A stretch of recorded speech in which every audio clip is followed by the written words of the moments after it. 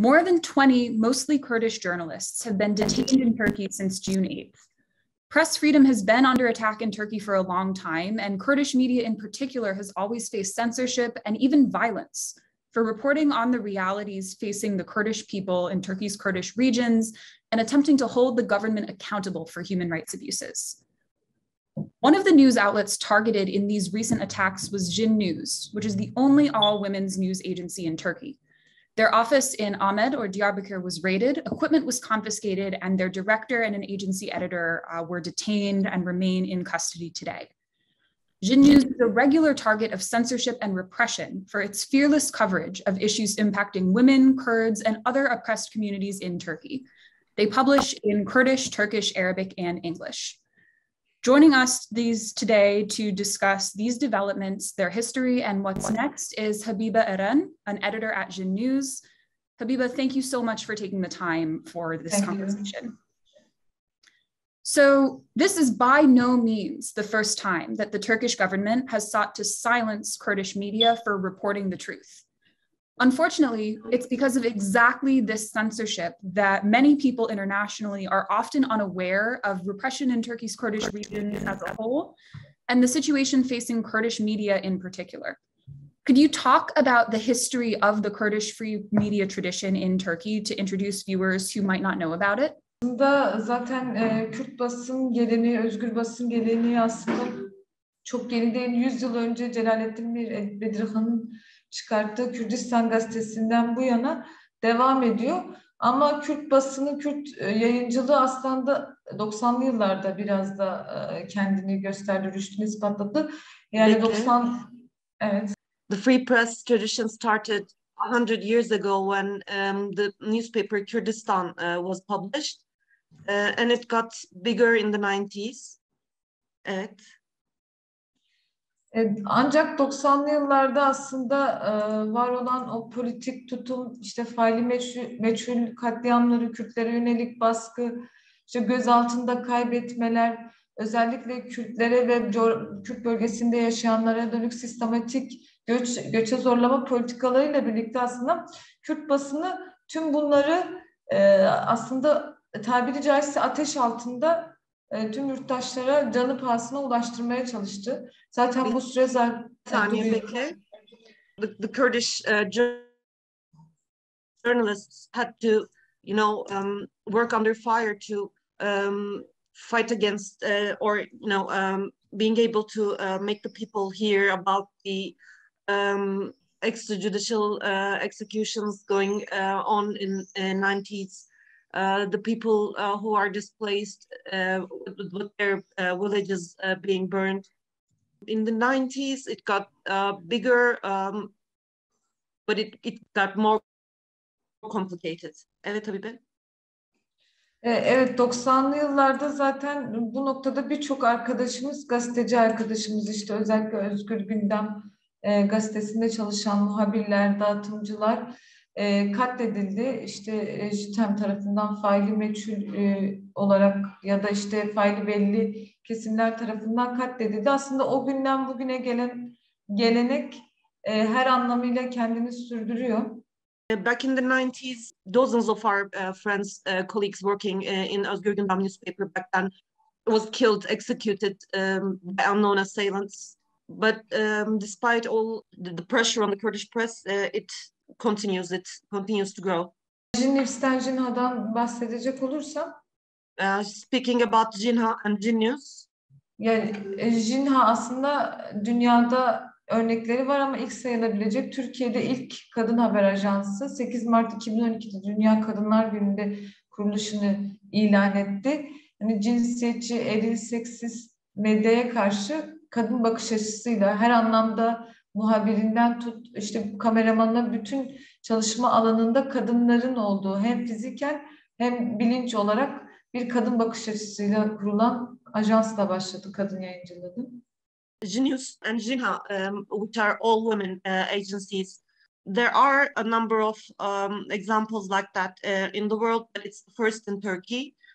Established in 2012 on March 8, Women's Day. And everyone working in the agency are women. There are no men Evet. Jinha Evet, tabii. 29 Ekim 2016'da OHAL sürecinde birçok basın yayın kurumu gibi kanun hükmünde kararnameyle OHAL sürecinde kapatıldı. Jinha was shut down with a law decree in 2015 during the state of emergency, like many publications were shut down in Turkey. Evet. Sonra Şujin, işte çuvaldız anlamına gelen Kürtçe'de bir kadın gazetesi oluştu. O da kapatıldı. We started Sujin, a women's newspaper, but it was also shut down by the state. Ya kadınlar tüm bu baskı şeylere rağmen yani JINNEWS'le yoluna devam ediyor. Ancak son yaşananla birlikte JINNEWS'in de bu süreçte diğer medya Kürt basını gibi hedef alındığını ve özellikle kadınların 2 kat daha hedef alındığını görüyoruz bu noktada. Just like every Kurdish newspaper and news agency in Turkey, Jinha and JINNEWS were also targeted by the states and with more pressure because it's all women. Thank you for that very important introduction to the context of this repression and the broader situation for Kurdish media in Turkey, as well as for that history of what makes your agency unique. So another thing that makes the pro-Kurdish media like JINNEWS unique is the fact that you cover news stories and developments in the region that other news agencies, whether local or international, simply don't. Could you talk about some of the kinds of investigations that JINNEWS and other pro-Kurdish media have covered and the stories that you have revealed to the world that the mainstream media in Turkey and internationally does not? Aslında şuna şöyle demekte fayda var. Yapmadığı değil, yapmak istemediği, görmediği, aslında görmek istemediği de diyebiliriz. Bu noktada aslında birçok son süreçte Kürt basının imza attığı birçok haber var. Aslında yaşanan burada hukuksuzlukları duyuldu. Mesela Van'da helikopterle işkence edilip atılan katledilen yurttaşın haberi Mezopotamya Ajansı yapmıştı. It's not, they're not doing it, they just don't want to do these kinds of news. Kurdish press have revealed a lot of facts recently. For example, the villagers that were tortured and thrown out of a helicopter 2 years ago, I guess. Yine bir uzman çavuş Batman'da bir genç kadına tecavüz ettikten sonra intihara sürüklemişti. Bunu da ilk bizim ajansımız duyurdu. She's talking about a special sergeant who a 16-year-old girl and driven her to suicide. She finds JINNEWS broke that story and followed. Yine geçtiğimiz günlerde Şırnak'ta yine neydi o özel harekat? Sakine Kültür yine bu paramiliter güçler tarafından katledildi. Yani aslında saymakla bitmez hani gerçekten bizim yaptığımız diğer ajansların ya da yerelin görmediği. Another paramilitary militant in Şırnak recently raped and killed Sakine neydi? Kültür. Sakine Kültür. She says that there are countless news, JINNEWS and other Kurdish agencies broken, and they wouldn't have been known if we haven't written about those. Yine Mezopotamya Ajansı işte bu Pekkelilerin cenazelerinin bulunduğu Garzan mezarlığından çıkarılan cenazelerin İstanbul'da bir kaldırıma gömüldüğünü ortaya çıkarttı. Mezopotamya Agency a few years ago revealed that yüzlerce cenaze. The bodies of the guerrillas were taken to Istanbul and buried under a sidewalk in containers. Mezopotamya Agency had broke that story. Evet Habibe. Yine yani genel olarak değerlendirebilirsek işte bölgede sınır hattında yaşanan hukuksuzluklar, ihlaller, işte çocuk istismarı, çocuklara yönelik ihlaller, işte bölgede kadınların taciz, tecavüze uğraması, doğa talanı, operasyonlar nedeniyle çıkan yangınlar vesaire, yani birçok örnek verebiliriz yani. Zaten son süreçte bu bölgede yaşananlar birçok ajans ve diğer medya için aslında yani haber değeri taşımıyor ya da görünmek istemiyor. Bu noktada da biraz bu gerçekleri yansıttığımız için hedef alınıyoruz. She says that we are targeted because we report about the violations of rights of people, about the things that are happening in the border villages of Turkey and Kurdistan. The femicides, the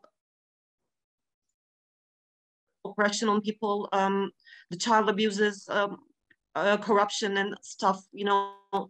We talk about the hard stuff that no one wants to, and this is why we are targeted.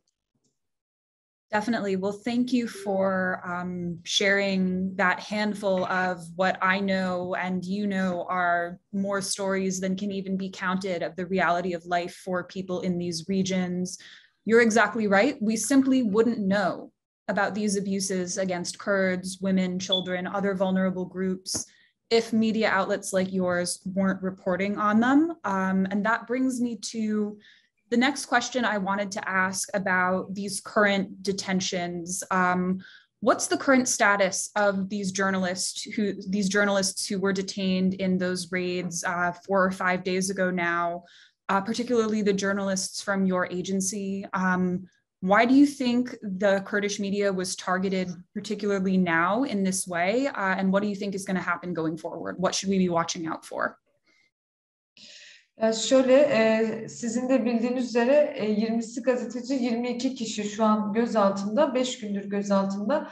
Dün arkadaşlarımız adliyeye getirildi, hakimlik karşısına çıkarıldı ve 4 gün daha gözaltı süreci uzatıldı. Aynı zamanda şu an... You know, 20 journalists are detained right now. It's the 5th day today. They were taken to court yesterday, and they extended their period of detention for 4 more days. Dosyada kısıtlılık kararı mevcut. Hani arkadaşlarımız da, avukatlara da bilgi verilmedi. Arkadaşlarımıza da hani şu an hangi suçlamayla gözaltına alındıkları belli değil. Their confidentiality order on the file, there's a restriction, so even the lawyers and our friends don't know why they are detained and what they're accused of. Ancak parantez açmak gerekirse operasyonun daha devam ettiği, yaşandığı gün, ilk gün ana akım işte AKP medya, yani havuz medyası diye tabir ettiğimiz medya birçok şeyi verdi, bilgi bu noktada işte ve arkadaşlarımıza hedef gösterdi. The pro-government media reported a lot of details about the detention of our friends, which made them targeted. Evet Habibe. Ya şu an mesela hastalıkları bulunan arkadaşlarımız var, rahatsızlıkları bulunan, uzun süredir gözaltındalar ve gazeteciler ve neyle suçlandıkları dahi bilinmiyor, avukatlara bilgi verilmiyor. She says some of our friends who are detained right now has health issues. They need medication, and they're under custody for 5 days now. And even the lawyers don't know why they are detained. Öte yandan bu gözaltı olan yapım şirketlerinde 5 gündür arama sürüyor. Ablukaya alınmış durumda. Girişler çıkışlar o noktada işte kapı hala arama sürüyor. Yani 5 gündür hukuksuz bir şekilde tabiri caizse o Ali ve Pia yapım işgal altına alınmış durumda. Yani bunu biraz daha farklı çeviriyoruz. She says that 3 production companies, Kurdish production companies, were also raided. It's been 5 days, and the police are still in those buildings. They blockaded the buildings, not allowing anyone go in or out. they are still searching the production companies. It's been 5 days. Sizin de bildiğiniz gibi JINNEWS'e yapılan baskın da zaten haber verilmeden yapıldı ve birçok malzememize, teknik malzememize, işte hard disklere, kitaplara el konuldu. Son cümleni tekrarlar mısın? İnternette bir sıkıntı oldu. Dedim JINNEWS'e yapılan baskında da zaten birçok eşyamıza, teknik malzememize, bilgisayarımıza, hard disklere el konuldu. She says that in the raid against JINNEWS, a lot of technical equipment and books were confiscated by the police, which causes actually great monetary damage on these institutions. We probably will not be able to replace most of it. Evet Habibe. Ya aslında sordu ya hani nasıl, neden bu kadar hedef alınması? Yani hedef alınmamız yeni değil ama mesela son süreçte Türkiye'nin mevcut durumu, işte yaşanılan ekonomik kriz, savaş siyaseti, işte Federe Kürdistan bölgesine yönelik askeri operasyon, yine AKP'li Cumhurbaşkanı Erdoğan'ın Rojava, Kuzey ve Doğu Suriye'ye yönelik saldırı sinyali, bunun yanına birlikte işte uzun süredir devam eden bu Gemlik yürüyüşü çağrısı, tecrit var, İmralı'da uygulanan tecrit. Tüm bunlara karşı aslında devam eden bu konu başlıklarında ilk susturmak istediği Kürt basını oldu bu noktada. Gerçekleri karartma noktasında ilk saldırı, gerçekleri karartmak istediği yer Kürt basını oldu. She says that the pressure on Kurdish journalists is not a new thing, but with the economic crisis in Turkey, with Turkey attacking Federated Kurdistan region and threatening to attack Rojava, the first thing they wanted to do was to silence the Kurdish journalists who will write about all of these things. Ya aslında bu yaşanılan mevcut çoklu krizlerde aslında gerçekten gazetecilik faaliyeti yapan, gerçekleri, hakikatleri halka ulaştırmaya çalışan Kürt basını bu anlamıyla bir kez daha hedef alındı. The Kurdish press was once again targeted with all these multiple crises going on in Turkey because the government knows that we will be all over it, covering every violation in Turkey. Tabii. Ve söz konusu aslında Kürtler olunca, Kürt gazeteciler olunca, yani biz bütün hukuksuzlukla birlikte yani bir dünya kamuoyunda bir sessizliğe de şahit olduk. Yani sessizlik derken yani dayanışma elbette ki oldu ama gerçekten 21 gazetecinin alındığında birçok noktada tüm Türkiye'de ciddi bir tepki verilmesi gerekiyordu bir hukuk devletinde normal şartlarda. Ne gerekiyordu orada bir internet gitti? Dedim normal şartlarda bir hukuk devletine 21 gazetecinin gözaltına alınmasına çok büyük bir tepki verilmesi gerekiyordu. She says that we also witnessed the silence of the people. Of course, we saw some solidarity as well, but in a normal democratic country, when 20 journalists are detained, there should be a great reaction.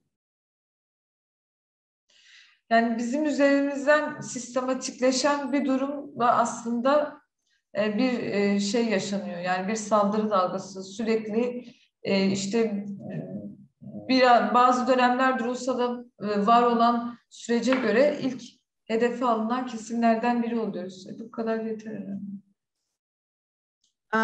She says that as the Kurdish press workers throughout this history of Turkey, we were always the first ones to be targeted in a crisis situation. It was always like this. Evet. Bu kadar. Değil mi Habibe? Yani sorusu varsa. Yeah, that's all. Well, thank you for, again, explaining that situation so concisely and so clearly. And in that context, especially with you talking about the silence, which I agree both within Turkey and internationally is an outrage, is there anything else that you want the world to know? And what do you want to see from people around the world, from other journalists, researchers, other professionals who rely on this information as the most effective forms of solidarity? Aslında uzun süredir yani Türkiye'de neredeyse bu 2015 yılından beri yani çözüm sürecinin bozulmasından bu yana yaşanan tüm hukuksuzluklarda biz Avrupa'nın, işte ABD'nin ya da diğer kesimlerin açıklamalarının endişeden öteye gidemediğini görüyoruz. Duruyorum burada. She says that since 2015, whenever we make a call to, international journalists or bodies, dealing with human rights abuses, we never heard anything else than that they condemn. Yani uzun süre bu yani şöyle söyleyeyim. Yani bizimle dayanışan, elbette ki sesimizi duyan işte aktivistler, farklı meslek örgütleri var. Onlara elbette ki minnettarız her zaman yanlarımızda olduğu için. She says we are very grateful to people like you, activists or journalists or organizations who have always been there for us.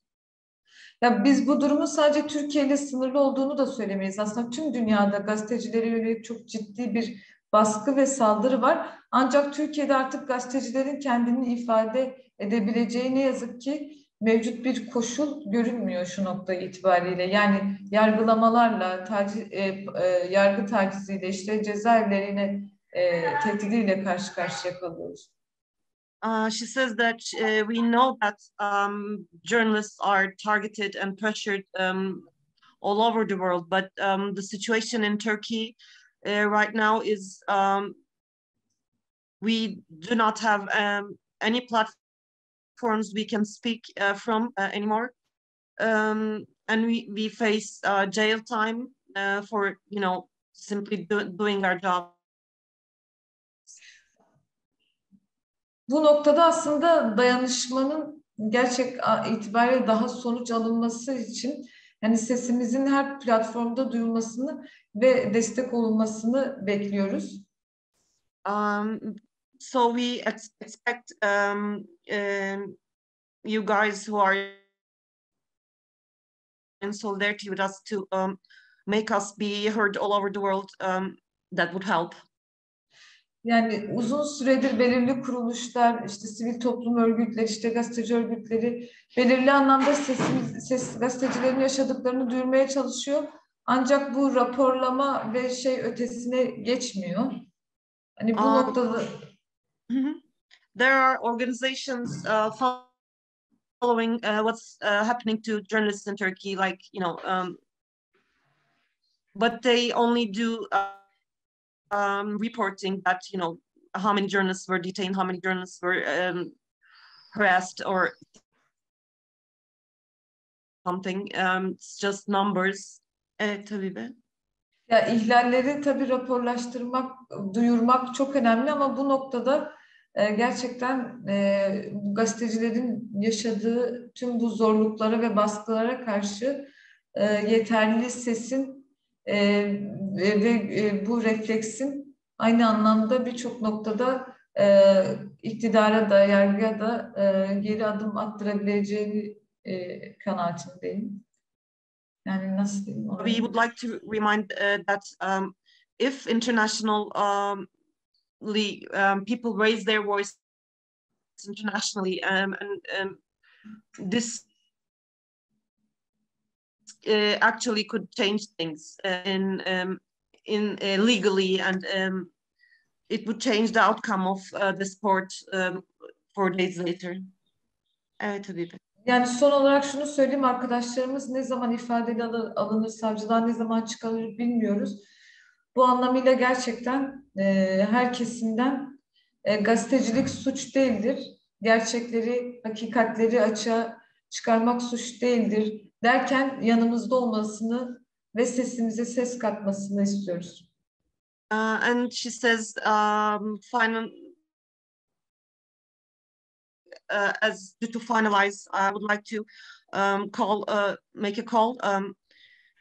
We would like you guys to, be our voices over there. We don't know when our friends will be taken to court. It could be tomorrow, it could be 4 days later. But solidarity will, might have an effect. Evet. Okay. So that's bu kadar değil mi? Yani bu kadar varsa. Yeah, that's all. Thank you. And again, you heard it all there. Journalism is not a crime. The Kurdish press will continue to report on these essential issues of human rights, freedom, democracy, and pluralism in Turkey. And the best thing that we can do here is continue to share their reports, raise their voices, stand in solidarity, and hope that one day this region will be a place where media freedom does exist, and the work of these journalists telling the stories of their people and holding the government accountable is celebrated and not criminalized. So there you have it. That was Habibe Eren from JINNEWS. Thank you so much again for joining our program. This is the Kurdish Peace Institute. You can follow us on YouTube and on our website, kurdishpeace.org. Have a great day, everyone.